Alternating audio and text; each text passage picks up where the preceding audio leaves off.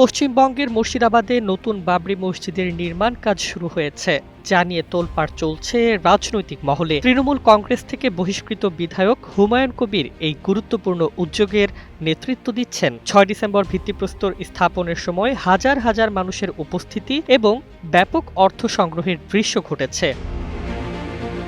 ১১টি স্টেনলেস স্টিলের বড় বড় দানবাক্সে জনগণ থেকে বিপুল পরিমাণ অনুদান জমা পড়েছে, যার নগদ হিসাব এখনো সম্পূর্ণ হয়নি। শুধু ৪টি বাক্স থেকেই পাওয়া গেছে প্রায় ৩৭ লাখ টাকা, আর বাকিগুলো গণনা হচ্ছে লাইভ সম্প্রচারের মাধ্যমে। হুমায়ুন কবির স্পষ্ট করেছেন, এই তহবিল পুরোপুরি সাধারণ মানুষের কাছ থেকে এসেছে, কোনো রাজনৈতিক দলের অর্থায়ন হয়নি। সোশ্যাল মিডিয়ায় ওঠা অভিযোগের বিরুদ্ধে তিনি নগদ অর্থ গণনার পুরো প্রক্রিয়া লাইভ করে স্বচ্ছতা বজায় রেখেছেন। এই নির্মাণ কাজের জন্য মুর্শিদাবাদ ও আশেপাশের বিভিন্ন এলাকা থেকে বিপুল সংখ্যক মুসলিম ও আলেমগণের সমাগম হয়। প্রায় ৪০,০০০ মানুষের জন্য খাবারের ব্যবস্থা ছিল।